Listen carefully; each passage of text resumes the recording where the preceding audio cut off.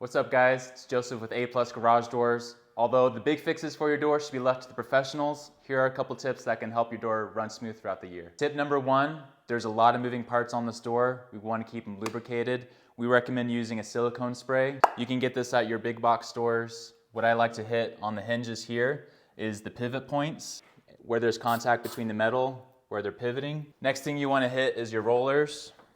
Get inside the tube through here and right here at the end. Very important to get your springs. These springs are the hero of the door.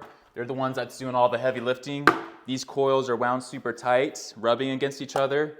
You want to get your lubricants on the springs. Get the bearing there. Same on the other one. Thanks for watching, guys. If you got any questions about garage door maintenance, leave a comment below. If you have questions on repairs, give us a call.